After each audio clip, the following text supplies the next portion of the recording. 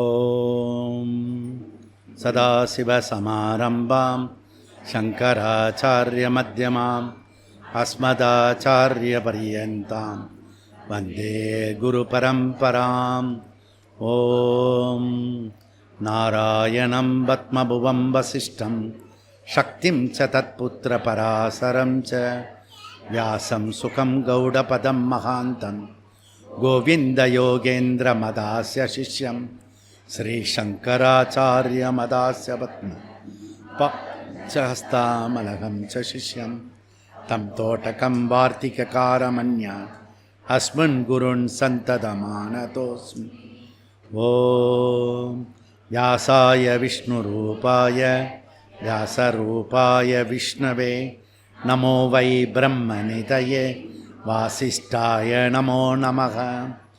ஓம் நமோஸ்துதே வியாசவிசாலபுத்தே புல்லாரவிந்தாயத பத்ரநேத்ர येन द्वया भारततैलपूर् प्रज्वालितो ज्ञानमयप्रदीप. ॐ वसुदेवसुदं देवं कंसचाणूरमर्दनं देवकी परमानन्दं कृष्णं वन्दे जगद्गुरुम्. ॐ श्रुतिस्मृतिपुराणानाम् आलयं करुणालयं नमामि भगवत्पाद शङ्करं लोकशङ्करं शङ्करं शङ्कराचार्यं केशवं पादरायणं शूद्रभाष्यकृतौ वन्दे भगवन्तौ पुनः पुनः. ॐ नमो ब्रह्मादिभ्यो विद्यासम्प्रदाय कर्तृभ्यः वंशऋषिभ्यो महद्भ्यो नमो गुरुभ्यः. सर्वोपप्लवरहितप्रज्ञानगणः प्रत्यहर्तो ब्रह्मैवाहमस्मि. ॐ ईश्वरो गुरुरात्मेति मूर्तिभेदविभागिने व्योमवद्व्याप्तदेहाय दक्षिणामूर्तये नमः. ॐ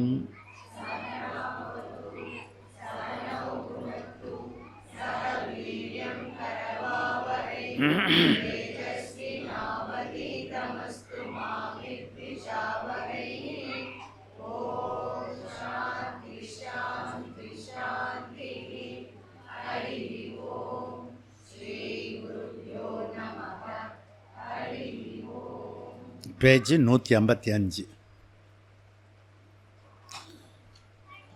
அர்ச்சிராதினாஹ தத் பிரதீதேஹ வாயுமப்தாத் அவிசேஷ விசேஷபாம் தடிதோதி வருணஹ சம்பத்தாத். ஓகே, அருமையான இது. இப்போ நம்ம மொத்த 4வது பாதம் பல அத்தியாயம். எந்த ஒன்றுத்துக்கும் பலம் இருக்கணும், பிரயோஜனம் இருக்கணும். ஸோ அதை அழகாக 4 அத்தியாயம் கொண்டு வந்தார்.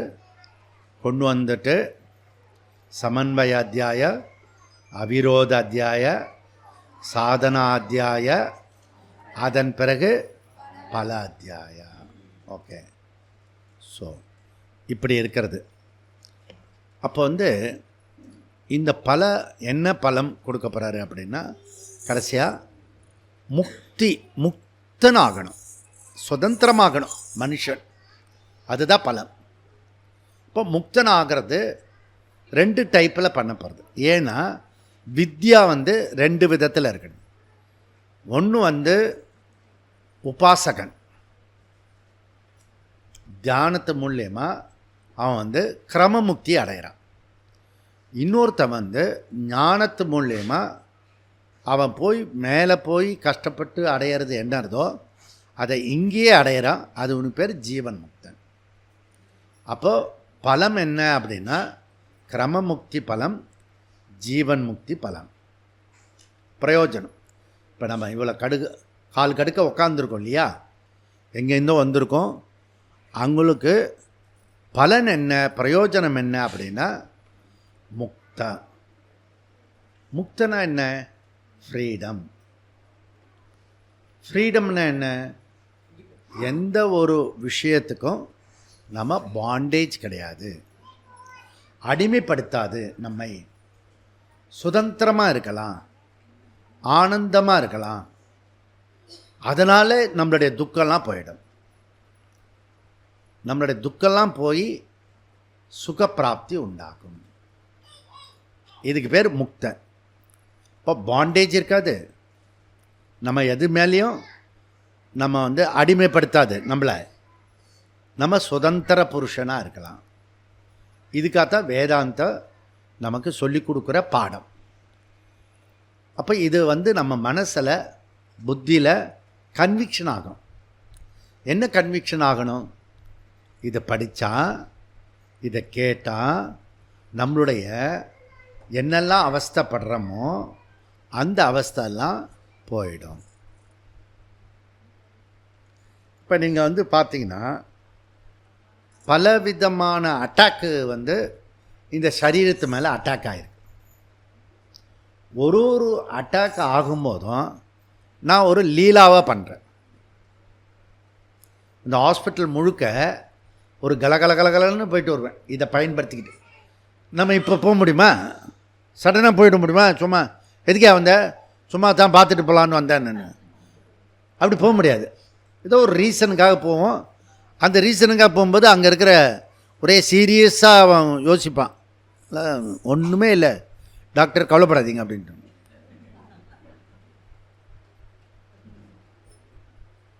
நிஜமா? அதனால் நர்ஸு தனியாக பேசிட்டு போவான், டாக்டர் பேசிட்டு போவாங்க.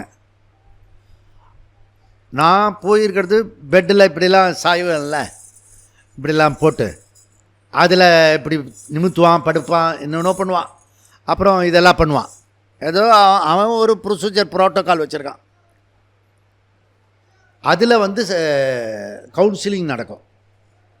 ஒரு டாக்டரு கேன்சர் பார்க்குறவர் அவன் ஒய்ஃபை கூட்டிகிட்டு டே கரெக்டாக சொல்கிறாரிடி, வா உன் ப்ராப்ளம் சால்வ் ஆகிடும் சொல்லிட்டு ஹாஸ்பிட்டலுக்கு கூட்டிகிட்டு அவள் ப்ராப்ளத்தை சொல்லி நான் சால்வ் பண்ணிட்டேன். புரியுதா? எனக்கு என்னென்னா, க்ரைசிஸ் வந்ததுன்னு வச்சுக்கோ, ப்ராப்ளம் வந்ததுன்னு வச்சுக்கோ, ஒரே ஆனந்தம் ஆகிடுவேன். ஏன்?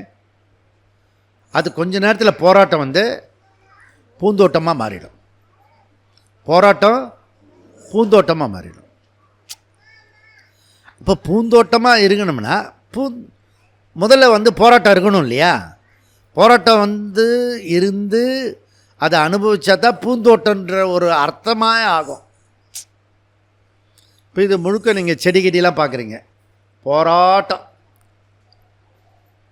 6 அடிக்கு மண் மாற்றிருக்கீங்க, அதனால் இவ்வளோ செடி இருக்குது. போராட்டம் பூந்தோட்டம், ஃபிசிக்கலாக இருக்கிறது பூந்தோட்டம். அதுபோல் உங்களுடைய வாழ்க்கையில் அன்றாட பிரச்சனைகளை பூந்தோட்டமாக ஆக்கிறதுக்கு பேர் வேதாந்தம். டே டு டே லைஃப்பில் பிரச்சனை வரும். நீங்கள் பூங்கொடி கீழே விழுந்துட்டா, ஓகே, ஏன் பூங்கொடி கீழே விழுந்துட்டா? கொடினா என்னது? கொடினா என்னது? தனியாக இப்படி நிற்காது, ஒரு கொம்பில் சாஞ்சிருக்கணும், பந்தலில் சாஞ்சிருக்கணும். அவள் தனியாக வந்துட்டா, அதனால் விழுந்துட்டா. புரியுதா? இது பூந்தோட்டம். அப்போ நம்ம வரும்போது யாரையாவது ஒருத்தரை பிடிச்சிட்டு வரணும், இல்லை செவுத்து பிடிச்சிட்டு வரணும், ஏதாவது ஒன்று பிடிச்சிட்டு வரணும். அப்போ இது பூந்தோட்டம். புரியுதா? இப்போ யோகா மேட்டு வரல, போராட்டம்.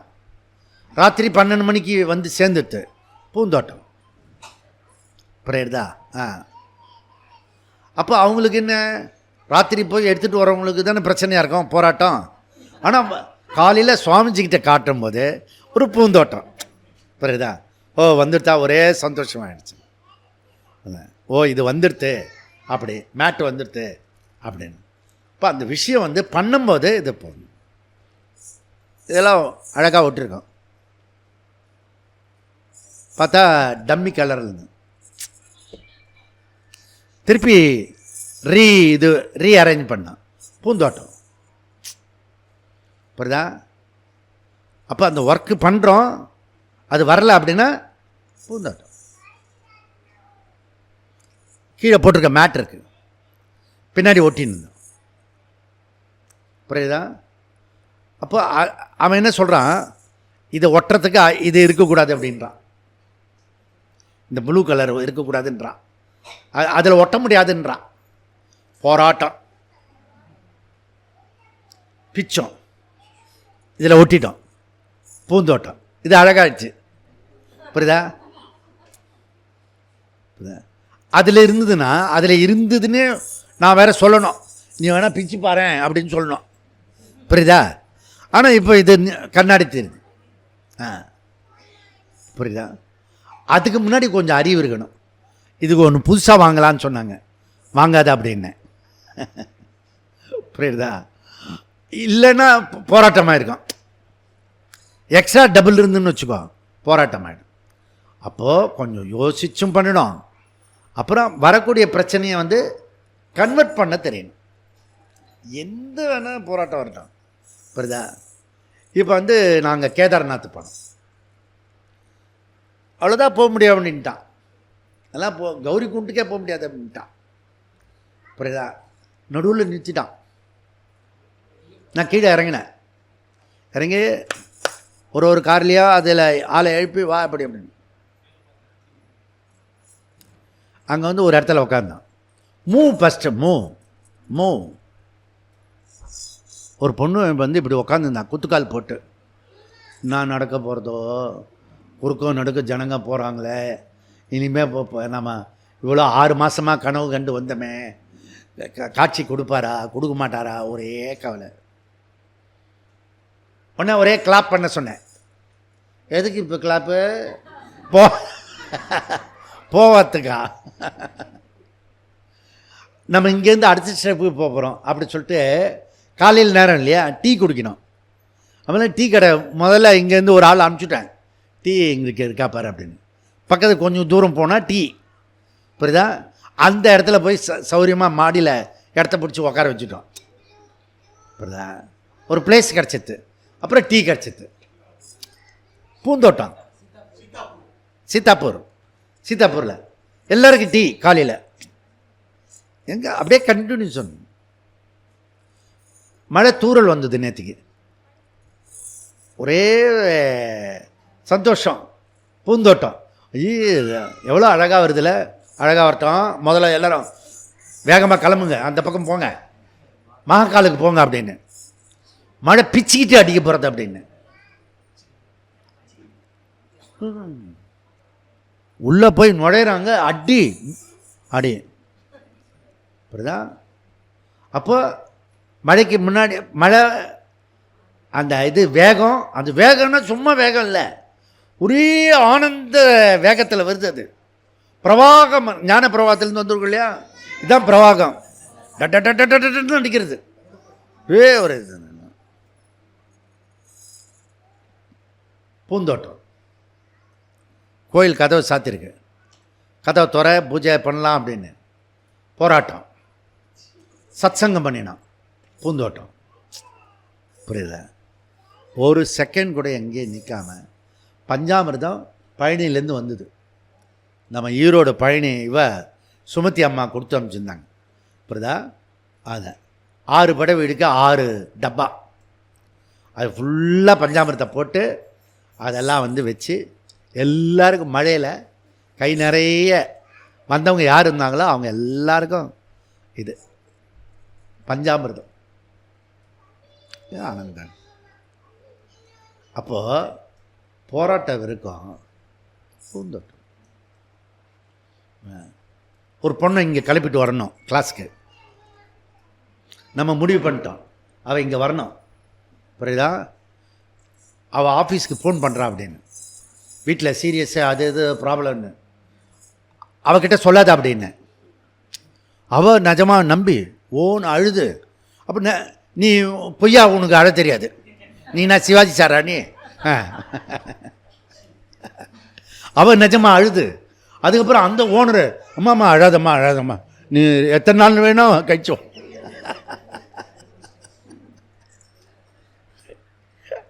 எல்லாம் முடித்து வண்டியில் ஏற்றிட்டு அப்போ கூட சொல்ல, பாதியில் வரும்போது தான் யாருக்கும் ஒன்றும் ஆகலை, சுவாமிஜி கூட்டிகிட்டு வர சொன்னார் ஒன்று.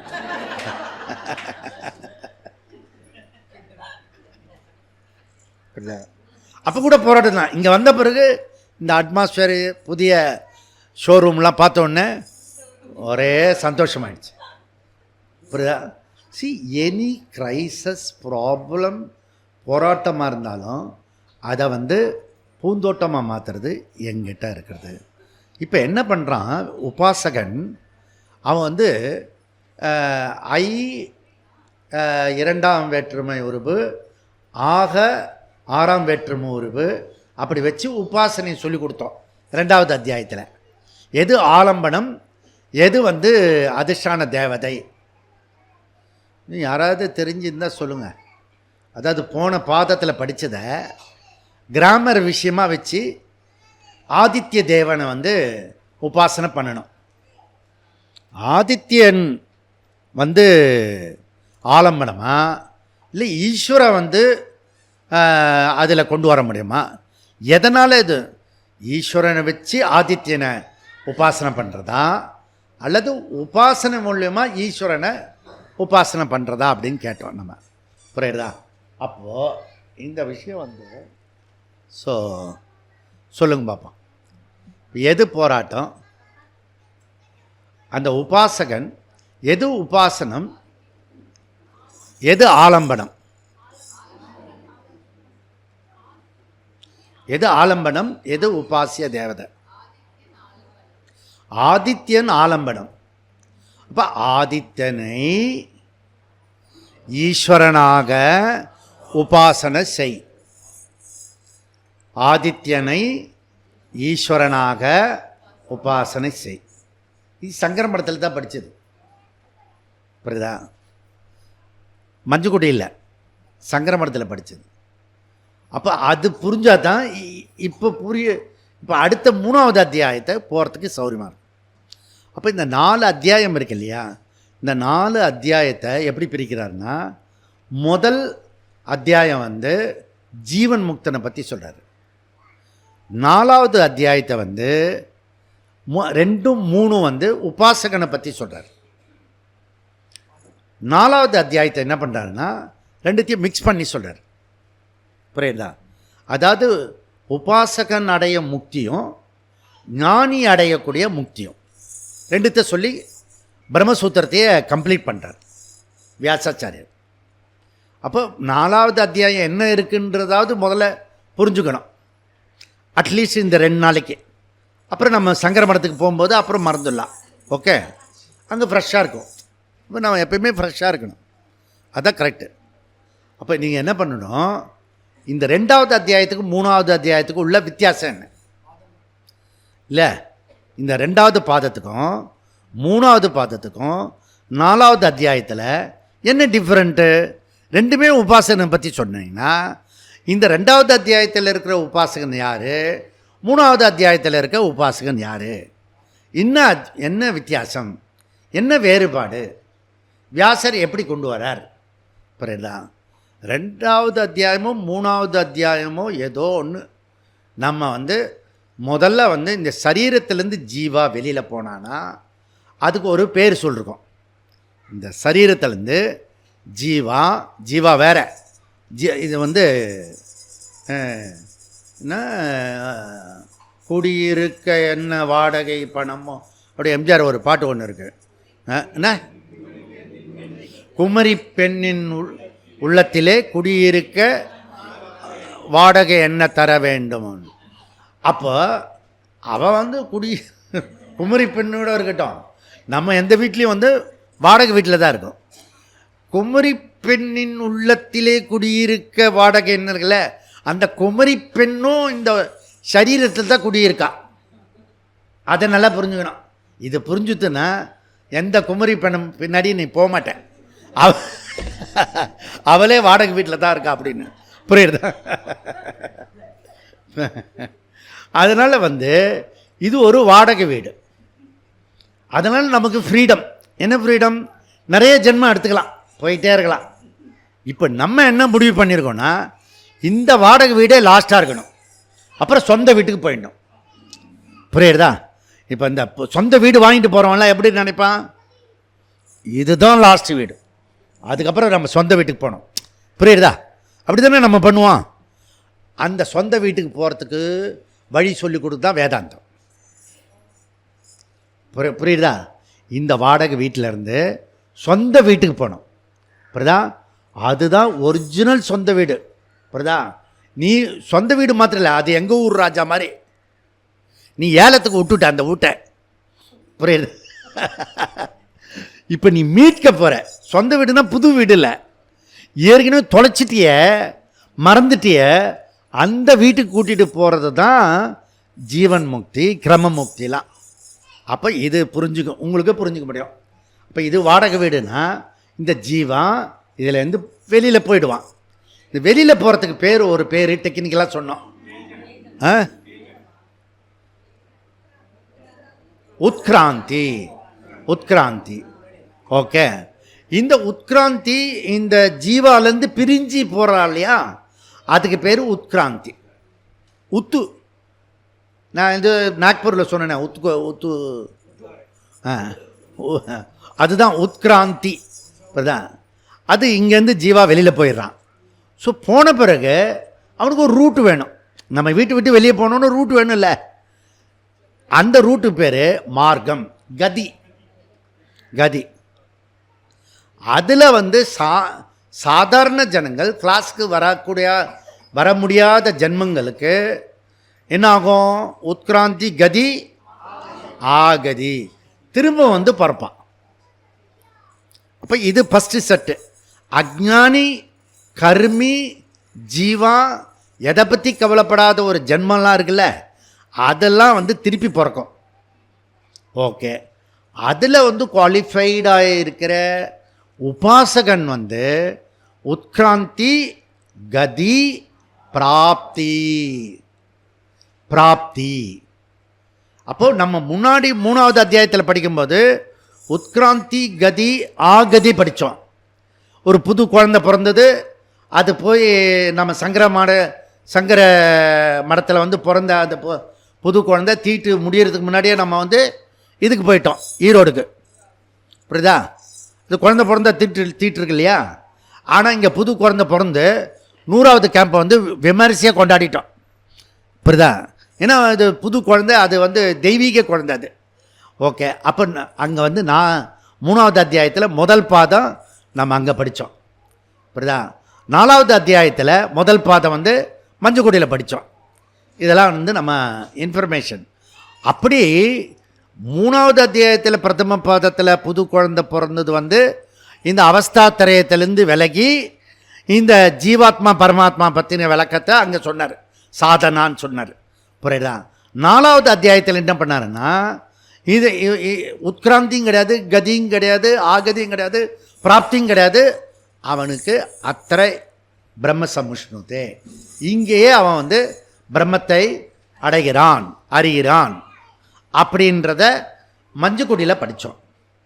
அதுக்கு நித்திய நைமித்திக கர்மத்தை ஒழுங்காக பண்ணினானா அவன் குவாலிஃபைட் ஆகிறான், யோகியத ஆகிறான்.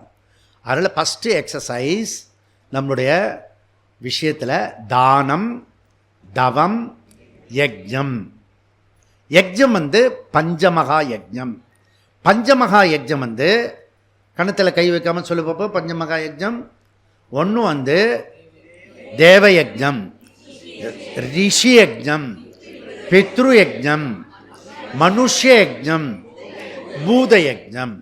இது நம்ம வாழ்க்கையில் கொடுக்கப்பட்டிருக்க யஜ்ஞம். யஜ்ஞம்ன்றது ஒர்ஷிப், வழிபாடு. அங்கே நம்ம ஞான பிரவாகத்தில் என்ன பேசுகிறோன்னா, நீ செய்யக்கூடிய கர்மத்தில், நீ செய்யக்கூடிய ஆஃபீஸில், நீ செய்யக்கூடிய வீட்டில் பஞ்சமகா யஜ்ஞமாக பண்ணு அப்படின்னு சொன்னோம். அது பண்ணி முடிச்சுட்டு திருப்பி ரிசல்ட் பார்த்தா எங்கே நகர்த்தினோம்னோ காந்தி தாத்தா மாதிரி ஆகிட்டேன் நான். ஏன்னா அவர் அர்ஜுனங்களுக்கெல்லாம் குளிப்பாட்டி விடுவார். அப்புறம் அடுத்த ரவுண்டு வந்து பார்த்தா என்னையா குளிக்கலை, நீங்கள் வரவே இல்லையா நீங்கள்? அடாப்பா, அந்த காந்தி தாத்தாவுக்கு இருந்த ஒரே கதி எனக்கும் அதே கதியில் இருக்கான். பஞ்சமகா யஜ்ஞம் பண்ணலையா, இவ்வளோ துக்கமாக இருக்க? திருப்பி அதே கர்மா, அதே துக்கம். எப்படி? இப்போ அவன் வந்து பஞ்சமகா யஜ்ஞம் பண்ணாதனால துக்கப்படுறான்னு கண்டுபிடிச்சி, இப்போ நான் அவ்வளோ சொல்லி கொடுத்து எஃபர்ட் போட்டு சொல்லி கொடுத்து இவன் வந்து பண்ணலையே, அதை நினச்சா இப்போ எனக்கு எப்படி இருக்கும்?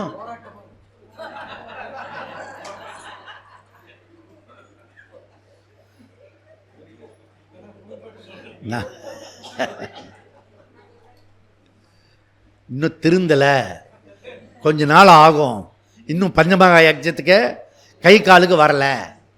அந்த பஞ்சமகா யஜ்ஞத்தில் மனுஷ யஜ்ஞம் இருக்கு, தேவ யஜ்ஞம் இருக்கு. அதெல்லாம் நீ அப்ளை பண்ணா தான் பஞ்சமகா யஜ்ஞம்னு வரும். ஆஃபீஸ் ஒர்க்கோ வீட்டு ஒர்க்கோ நீ குருகுல ஒர்க்கோ நீ வந்து அதை அப்ளையே பண்ணல, சும்மா வாட்சியார்த்தமாக இந்த கிளிப்புள்ள இந்த பாரதி சொல்லுவாள் எல்லாத்தையுமே. அவன் வந்து இது கங்கா ஸ்தோத்திரம் கூட சொல்லுவான், புரியுதா? ஆனால் எதுவுமே தெரியாது, பாவம் குழந்தை அது இல்லையா. அந்த குழந்தை சொல்கிற மாதிரி வந்து சொல்கிறான், மனப்பாட பகுதியில் வந்ததுனால, புரியுதுதான். அப்போது அதை அப்ளிகேஷன் பண்ணணும். பிரச்சனைன்னா ஏதோ ஒன்று சொன்னார் அவர். இந்த நஸ்ருதீன் முல்லா என்ன பண்ணான், அவன் வந்து நல்லா டைட்டாக கட்டின்டான் ரிப்பனை, காலில் டைட்டாக கட்டின்டான். டைட்டாக கட்டினா வலி தாங்க முடியல, எரிச்சல் வேறு இருக்கிறது. என்ன இந்த கிறுக்கு பையில ஏன்டா கட்டிட்டு இப்படி அவசரப்பட கழட்டி விட்ற, உனக்கு தெரியாது சும்மா இருன்னு. அப்புறம் சாயந்தரம் ஆனோடனே கழட்டி விட்டான். ஏடா இதை காலையிலே கழட்டிருக்கலாமே. கொஞ்சம் வலி வந்து அப்புறம் கழட்டி விட்டால் ஒரு சுகம் இருக்கும், புரியுதா? உனக்கு தெரியல. நான் ஒவ்வொரு தடவையும் அந்த வலியில் துடிச்சு சாயந்தரம் கழட்டி விடுவேன் நான்.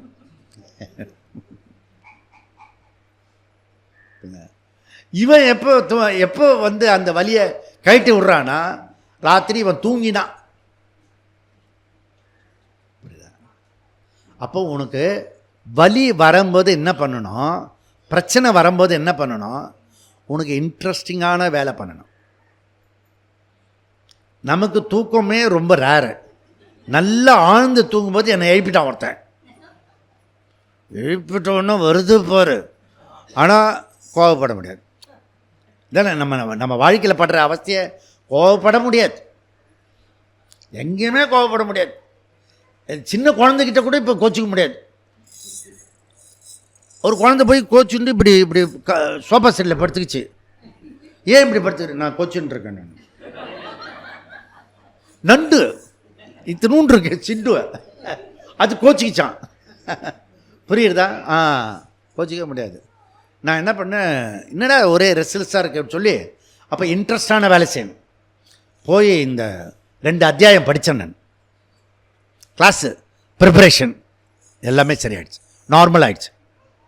நமக்கு இன்ட்ரெஸ்டான வேலை இது தான். கிளாஸ் கேட்டால் நமக்கு இன்ட்ரெஸ்டான நார்மல் ஆகிடுறது. இப்போ புரியுதா உங்களுக்கு?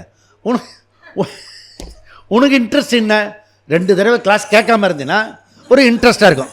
போய் ஒரு சாய் அடிச்சுட்டு ஒரு சுற்றிட்டு ஒரு பைக்கில் ஒரு சுற்றிட்டு வந்தீங்கன்னா ஒவ்வொருத்தருக்கும் ஒரு இன்ட்ரெஸ்டான வேலை இருந்துச்சுங்க. எனக்கு வந்து கிளாஸ் கேட்டால் இன்ட்ரெஸ்ட் ஆகிடுது, அப்புறம் நார்மல் ஆகிடுது, புரியுதா?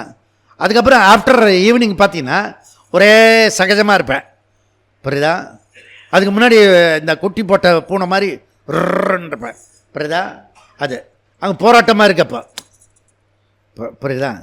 போராட்டம்னா அது எல்லா பெயினும் இருக்கும், அதுக்கும் ஏதோ இருக்கும், புரியுதா? அதெல்லாம் சொல்ல முடியாது. அப்புறம் கம்மன்னு இருந்து அதிலே கொண்டாடக்கூடாது. அங்கே தான் அறிவு இருக்குது. நமக்கு ஏதோ சொல்லி கொடுத்துருக்காங்களே, போய் சரி நீ வந்து தூங்கிடலான்னு போய் பார்த்துன்னு வச்சுக்கோ, கண்டிப்பாக தூக்கம் வராது. ஏன்? மனசில் போராட்டம் இருக்குது, புரியுறதா? அந்த போராட்டம் இருக்கிறதுனால எழுந்திரிச்சு உக்காந்துணும். போராடின்னு உருண்டு படுத்தினாலும் பெட்டு தான் வேஸ்ட் ஆகும், புரியுதா? எழுந்திரிச்சு உட்காந்து உனக்கு இன்ட்ரெஸ்டான வேலையை இது பண்ணு. சப்போஸ் உனக்கு தோசை போட்டு சாப்பிட்ணுன்னா நடு ராத்திரி தூக்கம் வரலன்னா உருண்டு படுத்துனா போய் தோசை கலக்கி இப்படி போட்டு 2 தோசை சாப்பிட்டு வந்தேன். அப்புறம் எதையோ பண்ணு, உனக்கு பிடிச்ச வேலையை பண்ணு. புரியுதா? அதனால் பிடிச்ச வேலையை பண்ணு, தெரிஞ்ச வேலையை பண்ணு, தெரிஞ்ச வேலையில் பிடிச்ச வேலையை பண்ணு. இதெல்லாம் பண்ணிடுங்க. அப்போது அர்ச்சராதி ஆதித்ய உபாசனையை ஈஸ்வரனை பண்ணணும். ஓகே, அப்படி அங்கே 2ஆம் வேற்றுமை உருவு 6ஆம் வேற்றுமை உருவை வச்சு எது ஆலம்பனம் எது உபாசிய தேவதா கண்டுபிடிக்கலாம். புரியுதா? அப்போ ஆதித்யனை ஐ வருது இல்லையா, 2ஆம் வேற்றுமை. ஓகே, ஈஸ்வரனாக ஆக வருது இல்லையா, அது 6வது விபத்தி, இது 2வது விபத்தி. இதை வச்சு யுக்தி மூலியமாக ஒரு விஷயத்தை உபாசனையை எப்படி பண்ணலாம் அப்படின்னு சொன்னேன். ஏன்னா உபாசிய தேவதா சேதனம், ஆதித்யா ஜடப்பொருள், சந்திரன் சூரியன் பூமி இதெல்லாம் ஜடப்பொருள். புரியுதா? நீ ஜடப்பொருளை தியானம் பண்ணினா அந்த பொருளுக்கு வேண்டிய எஃபெக்ட் கிடைக்காது, உனக்கு கான்சென்ட்ரேஷன் பவர் கிடைக்கும் மொழிய உபாசனையோட பலன் கிடைக்காது. அது நம்ம இப்போ இந்த கேம்ப்லேயே நம்ம விரிவாக பார்க்க போகிறோம். ஓகே, ஸோ இந்த மாதிரி நம்ம போகிறது. இப்போ பத்ரி நாராயண சிபிர் முடிச்சிட்டோம் அப்படின்னு சொன்னோம், முடிக்கலை. 55 கிளாஸோட நிறுத்தியிருக்கோம். இப்போ போனதும் அதில் இன்னொரு 7 கிளாஸ் கம்ப்ளீட் பண்ணி மீதி கிளாஸை அங்கே போகிறோம். ரிஷிகேஷில் கொண்டு போய் அங்கே போய் சொல்கிற மாதிரி அங்கே முடிச்சுடுவோம். இது நமக்கு ஏற்கனவே பிளான் பண்ணபடியே நடக்க போகிறது இந்த விஷயம். அப்போது இந்த வித்யாபலம் சகுண பிரம்ம உபாசனா கிரமமுக்தி, நிர்குண பிரம்ம ஞானம் ஜீவன் முக்தி. இது அப்போ இந்த ஜீவன் முக்தி விதேக முக்தி இருக்க அவனுக்கு கதி ஆகதி உண்டா? நான் கேட்குற கேள்வி புரியுதா? ஜீவன் முக்தன் இருக்கான இந்த வித்யாவில் ஞானத்தினால அவன் ஜீவன் முக்தி ஆயிட்டானே, அந்த ஜீவன் முக்தன் அவனுக்கு கதி ஆகதி உண்டா? சரி, இப்போ கதி ஆகதி இல்லைன்னு வச்சுக்கோ, கதி பிராப்தி உண்டா? கிடையாது. அப்புறம் உட்கிராந்தி உண்டா? எல்லா சரீரத்துக்கும் உட்கிராந்தி இருக்கும். கரெக்டு. வித்யான்னு உங்கள் அம்மா அப்பா நல்ல பேர் வச்சுருக்கான். அப்புறம் நீ சரீரத்தை இதே சரீரம் இன்னும் ஆகிறது. கிரமமுக்திக்கும் விதேக முக்தனுக்கும் ஞானி அஜ்ஞானி எல்லாருமே சரீரம் போயிடும், ஜீவா போயிடும். இது ஒன்று தான் ப்ரெடிக்ட் பண்ண முடியும். புரியுதா? உட்கிராந்தி உண்டு, 2 பேருக்குமே உட்கிராந்தி உண்டு. ஆனால் உபாசகனுக்கு கதி ஆகதி கிடையாது, பிராப்தி. என்ன பிராப்தி? பிரம்மலோக பிராப்தி. பிரம்மலோக பிராப்தி, அங்கே போய் விஷயத்தை கற்றுக்கிறது. ஓகே, அப்போது உட்கிராந்தி கதி பிராப்தி. ஓகே, சரி. அப்புறம் இந்த விஷயத்தை நம்ம பார்த்து முடிச்சிட்டோம். இப்போ அடுத்தது இந்த 2வது பாதத்தில் 3வது பாதத்தில் சகுண உபாசகன கிரமமுக்தியை பார்த்தோம். அது என்ன டிஃப்ரெண்ட்டுன்னு கேட்ட இல்லையா? 2வது பாதம் உட்கிராந்தியை மாத்திரம் சொல்லிச்சு. இந்த உபாசக ஜீவா உட்கிராந்தி, எப்படி ஜீவா வெளியில் போகிறான் அதை 2 விதமாக பார்த்தோம். உபாசக ஜீவா இந்த சரீரத்தை விட்டு வெளியில் போகும்போது உட்கிராந்தி போகிறான் இல்லையா, அவனுக்கு 2 ரூட்டு, 2 ஸ்டேஜ். என்ன 2 stage? Internal journey, external journey. புரியுதா? இங்கேருந்து ஆட்டோ பிடிச்சி வீட்டிலேருந்து போய் அதுக்கப்புறம் ஹைவேஸ் போகிறது இன்னொரு. ஓகே, ஹைவேஸ் போகிற வரைக்கும் லோக்கல் ரூட்டு. புரியுதா? அதுபோல் இன்டர்னலாக இந்த முதல்ல வந்து எது எது நமக்கு ஃபெயில் ஆகிறது? உட்கிராந்தியில் எது ஃபஸ்ட்டு ஃபெயில் ஆகிறது? எது ஸ்டாப் ஆகிறது? வாக்கு. நீ வந்து வயோதிகமாகி நீ டெத்துக்கு போகிறதுக்கு முன்னாடி ஃபஸ்ட்டு வந்து பேசாமல் இருப்ப. புரியுதா? இப்போ ஞானியை செத்தார் போல திரி அப்படின்னு சொன்னது அர்த்தம் என்ன? பேசாமல் போனோம். எவனா திட்டினாலும் பாராட்டினாலும் அப்படியே செத்தாரை போல திரி. அவன் தான் ஞானி. புரியுதா? இப்போ புரியுதா? அப்போ வாக்கு வந்து அடங்கும். அந்த வாக்குடைய உபலப்தி என்ன? வாக்கு வந்து இந்த பிரேதம் ஆகும்போது முதல்ல அடங்கிறது வாக்கு. அந்த வாக்கு அடங்கிறதுலேருந்து உபலப்தினா ஒன்றை வச்சு மற்றதெல்லாம் சொல்கிறது. ஞானேந்திரியம், கர்மேந்திரியம், 10 இந்திரியங்களுடைய ரெப்ரசன்ட்டு வாக்கு. அப்போ இந்திரியங்கள் அடங்கிடும். நம்ம பிரேதமாக ஆகும்போது இந்திரியங்கள் அடங்கும். அதனால் என்ன? அதனால் என்னென்னா கர்மா கிடையாது, கர்த்தா கர்மா கிடையாது. ஏற்கனவே நம்ம படிச்சிருக்கோம். கர்த்தா கரணத்தின் வழியாக ஜகத்தில் போய் டிரான்சாக்ஷன் பண்ணி கர்மத்தை பண்ணுகிறான். முக்கிய பிராணா இருக்க அது சரீரத்தை விட்டு வெளியில் போய் ஜகத்தில் டிரான்சாக்ஷன் பண்ணுவது இல்லை. முக்கிய பிராணா அதுவே புரியலையா? இது கவுன பிராணா, அது முக்கிய பிராணா. அதனால தான் அது சுத்தம், எப்பயுமே பவித்திரம். எப்போ உயிர் விட்டு போகிறதோ பிராணன் தான் கடைசியாக போகும். புரியுதா? அது பஞ்ச பிராணாவாக இருக்கிறது. ஓகே, இப்போ நான் என்ன சொல்லிகிட்டு இருக்கேன்னா, ஏற்கனவே நடந்த விஷயத்தெல்லாம் ஒரு ரீகேப் பண்ணிட்டு இருக்கேன் நான். புரியுதா? அப்போது இந்த பிராணனை வாக்கு பிரேதமாக ஆயிடுச்சுன்னா, உட்கிராந்தி ஆயிடுச்சுன்னா, இந்த சரீரத்தை விட்டு ஜீவா போகும்போது முதல்ல ஆஃப் ஆகிறது வாக்கு. வாக்கோட உபலப்தினா அதை சார்ந்து இருக்கிறது. ஸோ இவர் இந்த ஜாதி அப்படின்னா அவர் அந்த ஜாதியோட எல்லாம் சேர்ந்து இருக்கும். ஓகே, இங்கே மூர்த்தி வைக்கணும்னா இதெல்லாம் சேர்ந்து மூர்த்தி. இப்போ புதுசாக ஒன்று வச்சுட்டோம் கீழே வேற. புரியுதா? கூடிகிட்டே போகிறது அது. புரியுதா? தூக்கிட்டு போகிறது தான் கஷ்டம். அப்போ இதில் இது உபலப்தி. நீ வந்து இதுக்கு பிரம்மசூத்திரத்துக்கு மூர்த்தியெல்லாம் கொண்டு வா அப்படின்னா, நான் வந்து அந்த தட்சிணாமூர்த்தி கொண்டு வா அப்படின்னு சொன்னால் தட்சிணாமூர்த்தி மாத்திரை கொண்டு வரக்கூடாது. எல்லாம் மூர்த்தியெல்லாம் வாழி அந்த மாதிரி எல்லாத்தையும் கொண்டு வரணும். புரியுறதா? அப்போ இது என் கால் தெரியுதா உங்களுக்கு? தெரியலையா?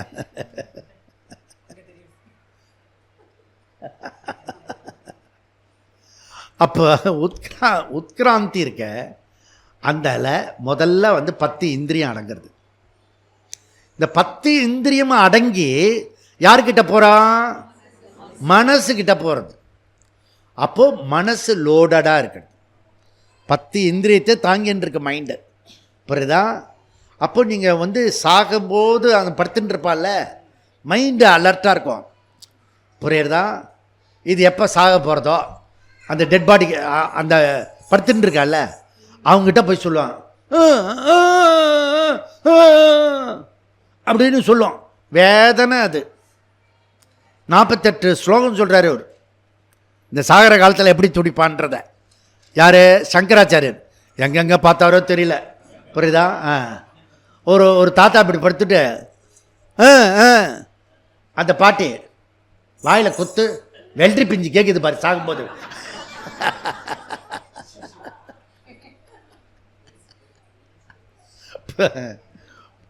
அப்போ பேச்சு வராது. புரியுதா? சைகை இப்படி காட்டினாலும் நமக்கு தான் நேராக சொன்னாலே புரிஞ்சுக்கிறது கஷ்டம். இப்படி பேச்சே வராது. அப்படி இப்படி இப்படி பண்ணால் தப்பாக தான் புரிஞ்சுப்பான். புரியுதா? உனக்கு என்ன பிடிக்குமோ அதை தான் நீ சொல்லுவேன். மிகைப்படுத்தி வேற சொல்லிவிடுவாத தான். அப்போது இதெல்லாம் மைண்டில் இருக்கும். அதனால் பெட்ரு இது என்ன சொல்லுவாங்க? பெட் ரிட்டனா அவங்ககிட்ட போய் கண்ட மாணிக்கு பேசக்கூடாது. சுவாமியை பாட்டு பண்ணோம், அவர் எப்படியாவது வாழ்க்கையில் ஒரு நல்ல விஷயம் பண்ணியிருப்பார், அதை வந்து ஒசத்தியாக பேசணும். அப்போ முகம் பார்த்தீங்கன்னா மலர்ந்து இருக்கும். புரியுறதா? இது காமன் சென்ஸு, பிரம்மசூத்திரத்துக்கு அவாந்திர பலன். நீ ஜீவன் முக்தன் அடையிறியோ இல்லையோ, என்ன டெட் பாடியாக இந்த உயிர் போகிற இடத்துல வந்து கச்சாமச்சான்னு பேசக்கூடாது. நல்ல வார்த்தையில் பேசி நல்லதாக சொல்லி, உனக்கு எப்போயாவது நல்லது பண்ணியிருந்தாருன்னா, பண்ணுற மாதிரி இருந்ததுன்னா அதெல்லாம் சொல்லு. புரியுதா? அப்படி பண்ணலைன்னா கூட சொல்லு, நல்லது அப்படி பண்ணு. இப்போ மைண்டு வந்து ஹெவி ஆகிடுது. மைண்டு என்ன பண்ணுறதுன்னா, அது ஒடுங்கும்போது அது வந்து ஜீவனில் பிராணில் போய் ஒடுங்கிறது. பிராணில் ஒடுங்கின பிறகு அதுக்கு ஒரு புது பேர் தேஜகா. ஸோ தேஜகா, இந்த ஜீவன் என்ன ஆகிடுறான், பிராணனில் ஒடுங்கி கிளம்ப போகிறான். இப்போ ராக்கெட்டை வந்து அப்படியே 10, 9, 8, 7, 6, 5, 4, 3, 2, 1, 0 இப்படி போகிறது இல்லை. இப்போ இவர் ரெடி ஆகிட்டார். இவர் புரியுதா? ஜீரோக்கு வந்துட்டார். இப்போ கிளம்ப போகிறார் இவர். புரியுதா?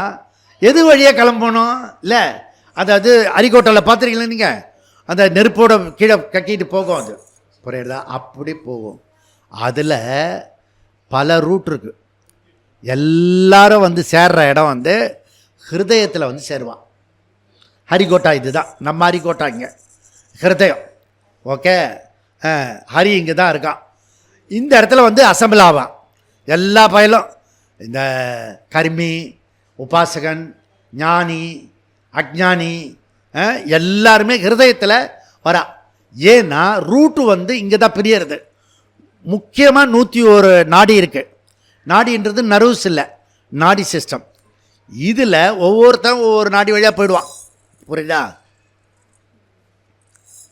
இதில் உபாசகன் மாத்திரம் இந்த நாடிக்கு போவான்.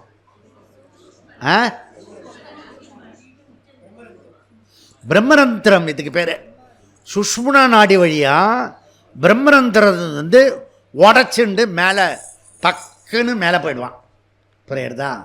அப்படி மற்றவங்களாம் வேறு எங்கேயோ போவான். எப்படியோ போகிறான். இப்போ இங்கேருந்து போய் வெளியில் வந்துட்டான். இது வரைக்கும் இன்டர்னல் ஜர்னி, உத்கிராந்தி.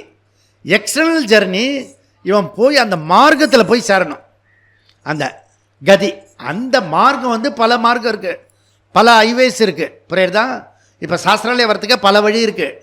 புரியுதா? அது போல் பல வழியில் இந்த உபாசகன் போகிற வழிக்கு பேர் சுக்லகதி. சுக்லகதி. புரியுதா? அந்த சுக்லகதிக்கு பேர் ஒளி. ஒளி அர்ச்சிகி. அர்ச்சிகி, அர்ச்சிகினா சூரிய பிரகாசம், ரஷ்மி, சூரிய கிரணம். புரியுதா?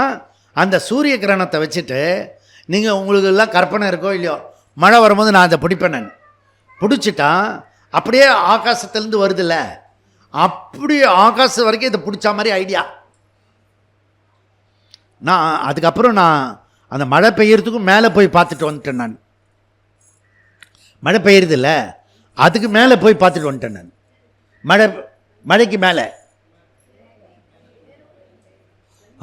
ஃப்ளைட்டில் போகும்போது அப்படியே தூங்கிடக்கூடாது, பைசா கொடுத்துட்டு. இவனுக்கு தூங்குறதுக்கு விவசாயே இல்லை. ஃப்ளைட்டு வந்தானே அதில் அங்கேயும் தூங்கி போயிடுவான்.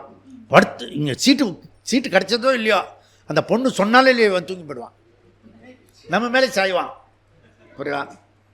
பஸ்லேயும் அதே தான், ட்ரெயின்லேயும் இப்படி தான். எங்கே தூங்குகிற ஜென்மம் அது.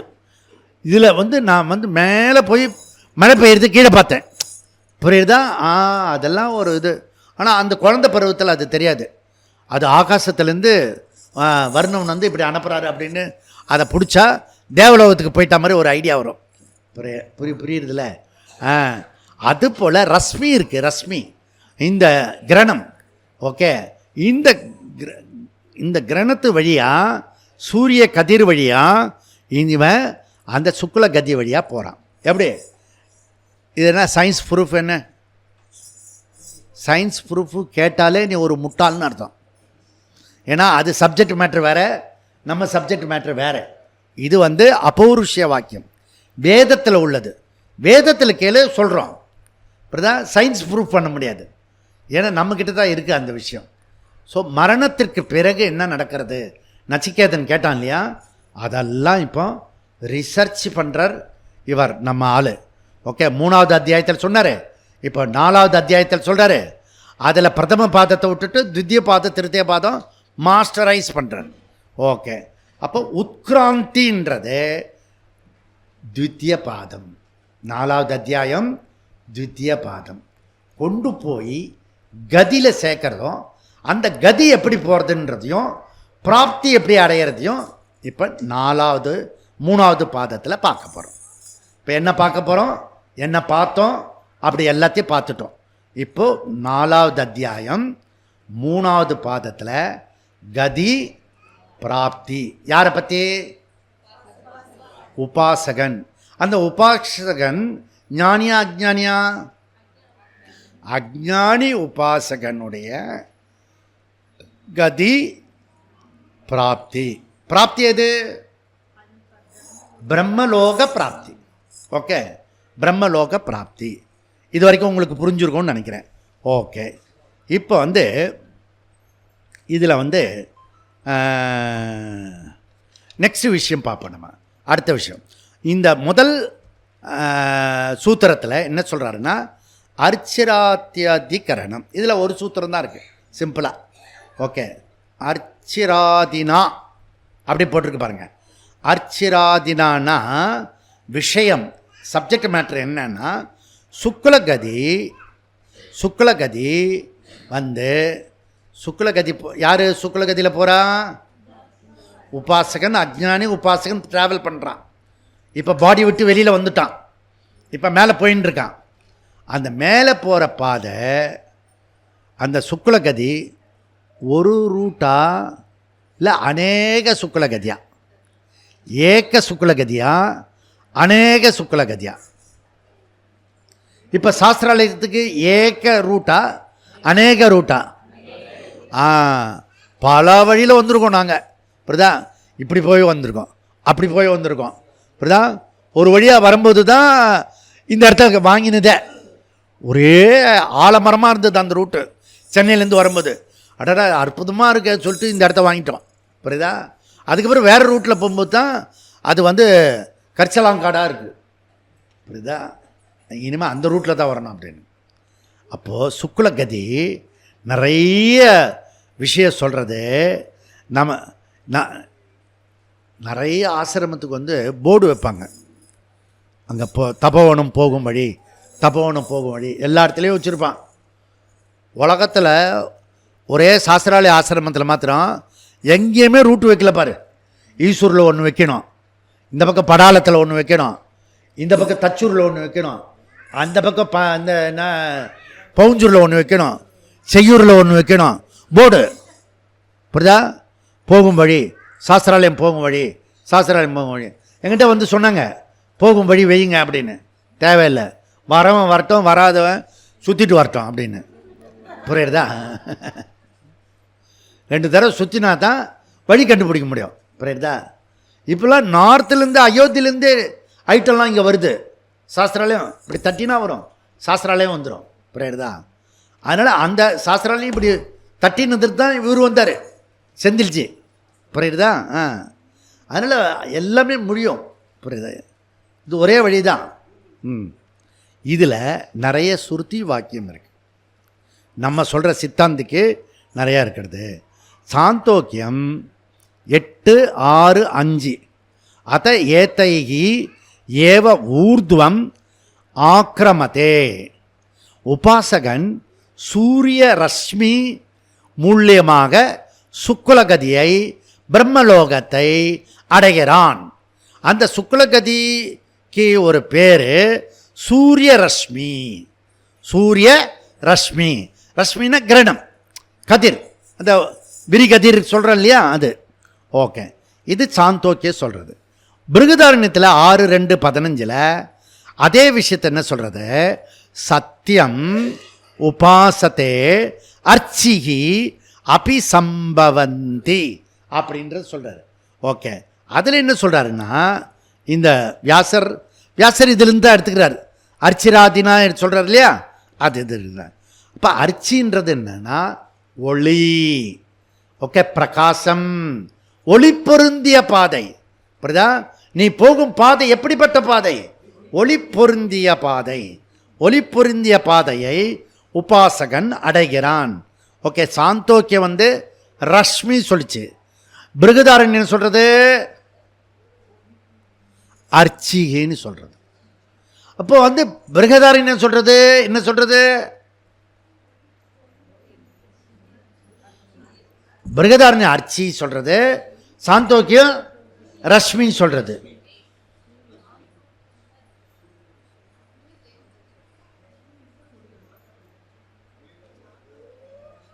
சாந்தோக்கிய ரஷ்மி சொல்றது, பிருகதாரண்யம் அர்ச்சி சொல்றது. இப்போ வியாசாச்சாரியர் பிருகதாரண்யத்திலிருந்து எடுத்துட்டாருன்னு இப்போ சொன்னேன். இப்போ தானே இன்னும் அந்த உதடு கூட காயலையே. அப்பயே இப்படியே பார்த்தேன்னா என்ன அர்த்தம்? ஒளியை பார்க்குறேன்.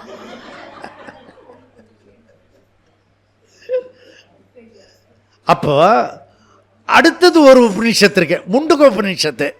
முண்டுக உபநிஷத்து 1:2:11. அது என்ன சொல்றதுன்னா, சூரிய துவாரேன தே பிரஜா பிரயாந்தி. அவன் வந்து சூரிய மார்க்கமாக அவன் வந்து சேர்கிறான். அப்போ ரஷ்மின்னு ஒளி பாத்தை சொல்லிடுத்தா, அதுக்கப்புறம் அர்ச்சிக்கு சொல்லிடுத்தா, அர்ச்சிக்கு பிறகு சூரியன் சொல்லிடுத்து. ஓகே, இதுலேருந்து என்ன ப்ராப்ளம்? இந்த சூரிய ரஷ்மி அர்ச்சிகி சூரிய துவாரேன, சூரிய வழியாக. பூர்வபக்ஷி என்ன சொல்கிறான், பார் 3 பேர் சொல்கிறீங்கள, அதனால் அநேக வழி. புரியுதா? அப்போ ஏக கதி அநேக கதின்னு சொல்கிறான்னா அவன் ஒரு ஏதோ ஒன்று புரிஞ்சுன்னு இருக்கான், அதனால சொல்கிறான் அநேக கதின்னு. இந்த மண்டு பயலை, அது ஏக்க கதி தாண்டா அப்படின்றது சொல்கிறது. இப்போ வந்து நம்ம தமிழ்நாட்டுக்கு போகிறோம். தமிழ்நாட்டுக்கு போகிறோன்னா தமிழ்நாடு எக்ஸ்பிரஸில், புரியுதா? தமிழ்நாடு எக்ஸ்பிரஸில் 14ஆம் தேதி வண்டி ஏறணும்னா அது என்ன ஆகும்? நேராக விஜயவாடிக்கு போகும். ஏன் விஜயவாடிக்கு போகும்? ஏன்னா அது விஜயான்னு இருக்கிறதுனால வாடின்னு சொல்கிறேன்.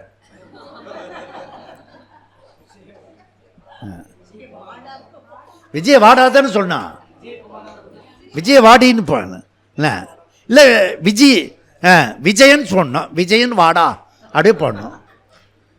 விஜய் போட்டுட்டு இது விஜய. அப்போ ஏதோ ஒரு இப்போ இந்த ஸ்டேஷன் உனக்கு வரும்போது நீ தூங்காமல் இருந்தீங்கன்னா பார்க்கலாம். அப்புறம் எப்படி இருந்தாலும் நாக்பூரில் மூச்சுப்பேன்.